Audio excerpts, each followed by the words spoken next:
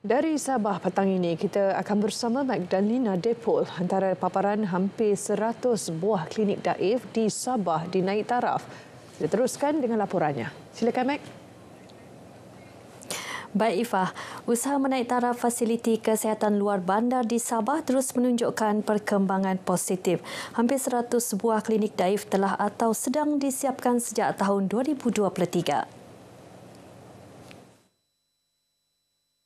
Menurut Menteri Pembangunan Masyarakat dan Kesejahteraan Rakyat Sabah, Datuk James Ratib, kerja naik taraf itu melibatkan klinik-klinik yang dikenal pasti sebagai daif dan memerlukan penambahbaikan segera. Beliau ditemui media selepas merasmikan Kolokium Kesihatan Awam Sabah kali ke-17 tahun 2025 di Kota Kinabalu.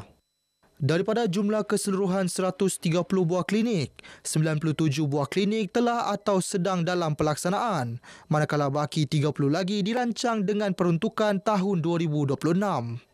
Jelasnya inisiatif itu telah dimulakan secara berfasa sejak tahun 2006, namun hanya memperoleh suntikan peruntukan lebih besar bermula 2 tahun lalu. Datuk James menyifatkan pencapaian itu sebagai satu perkembangan terbaik dalam usaha meningkatkan capaian dan kualiti perkhidmatan kesihatan luar bandar. Sementara itu, Datuk James menyarankan agar Kementerian Kesihatan meneliti semula pembangunan elaun bagi doktor yang bertugas di kawasan luar bandar, khususnya di Sabah dan Sarawak. Ia selaras dengan keperluan semasa perkhidmatan kesihatan.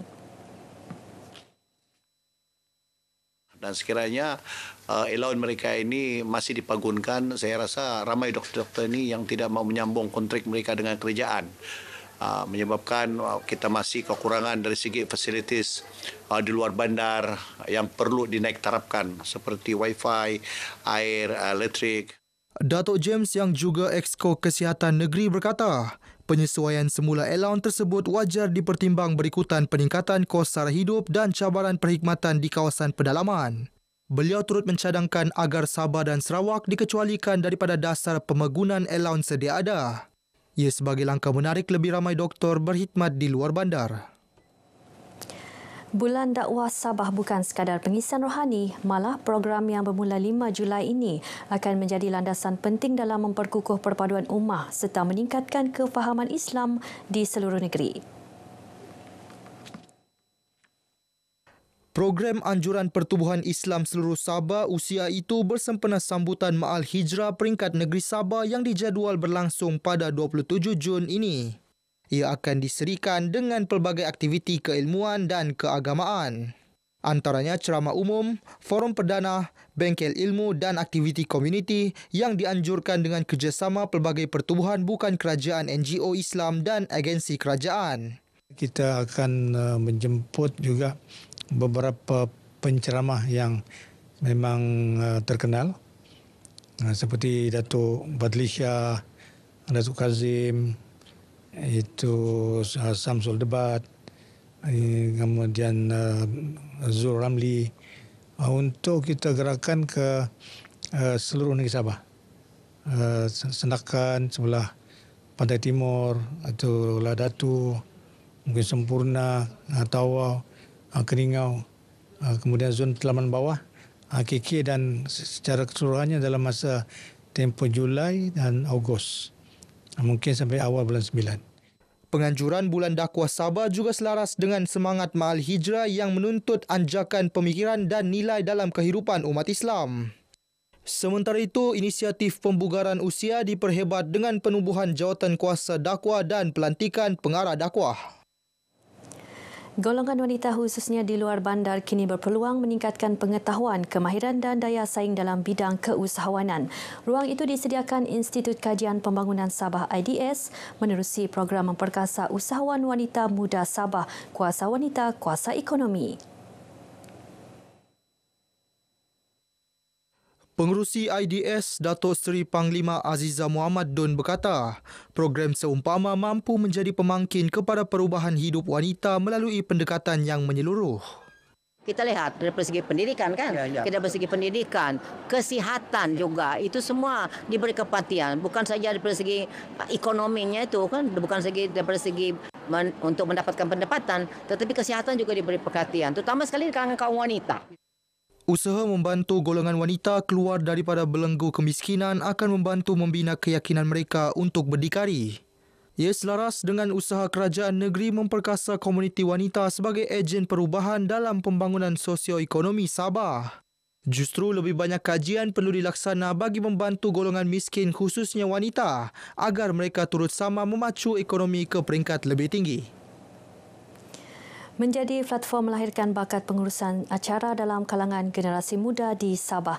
Itu matlamat utama program Hospitality Fiesta 2025 anjuran pelajar Fakulti Perniagaan, Ekonomi dan Perakaunan PFPEP Universiti Malaysia Sabah UMS. Projek tahun akhir pelajar FPEP ini menjadi komponen utama dalam penilaian kursus pengurusan acara hospitality. Pelbagai aktiviti dipertandingkan bagi mencungkil bakat peserta, antaranya pertandingan membuat sandwich, moktail dan susun atur meja. Naib Chancellor UMS Profesor Datuk Dr. Kasim Mansor berkata, program ini secara tidak langsung mempromosikan UMS sebagai sebuah institusi unggul. Ini kerana program bukan sahaja berjaya mencungkil bakat pelajar UMS, malah pelajar institusi pendidikan tinggi awam dan swasta, IPTA dan IPTS yang lain. Datuk Kasim menyatakan demikian dalam ucapan perasmian program Hospitality Fiesta di ruang legar FPEP UMS. Teks ucapannya disampaikan Dekan Fakulti FPEP, Profesor Madya Dr. Muhammad Rahimi Abdul Karim. Menurut Datuk Kasim, program ini merupakan antara komitmen UMS dalam pembangunan insan dan pengukuhan bidang hospitality. Ia sejajar slogan baharu UMS The Brain of Borneo. Kira-kira 100 pelajar IPTA dan IPTS serta orang awam mengambil bahagian dalam program ini.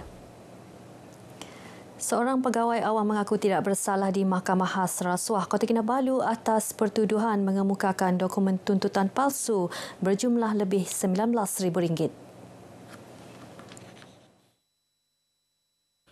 Tertuduh Nazri Hamburg, 46 tahun, membuat pengakuan itu selepas pertuduhan dibacakan di hadapan Hakim Jason juga. Tertuduh didakwa melakukan kesalahan itu pada 2 Oktober 2017 di Jabatan Perancang Bandar dan Wilayah Negeri Sabah. Ia membabitkan satu dokumen berupa penyata tuntutan allowance semasa menjalankan tugas rasmi bertarikh 12 Jun 2017. Dokumen terbabit mengandungi butiran palsu iaitu bil tuntutan sebuah syarikat pengangkutan bertarikh 12 Mei 2017 daripada sebuah syarikat pengangkutan berkaitan kos penghantaran 2 unit kenderaan dan kerja pemindahan ke Papar. Perkhidmatan yang didakwa dalam tuntutan sebanyak RM19,100 itu tidak pernah dilaksanakan. Tertuduh didakwa mengikut Seksyen 18 Akta Suruhanjaya Pencegahan Rasuah Malaysia 2009 dan boleh dihukum di bawah Seksyen 24 dalam kurungan 2 Akta sama. Jika sabit kesalahan, tertuduh boleh dipenjara sehingga 20 tahun dan didenda tidak kurang daripada 5 kali ganda nilai tuntutan atau RM10,000. Mahkamah membenarkan tertuduh diikat jamin RM10,000 dengan syarat melapor diri di pejabat SPRM setiap 2 bulan. Kes akan disebut semula 10 Julai ini. Baik, paparan itu mengakhiri perkongsian dari Sabah petang ini. Terus ikuti Berita Wilayah bersama Ifah untuk lebih banyak perkembangan semasa dalam negara. Dari sungai hingga segara Palestin pasti merdeka. Baik, terima kasih Madlina.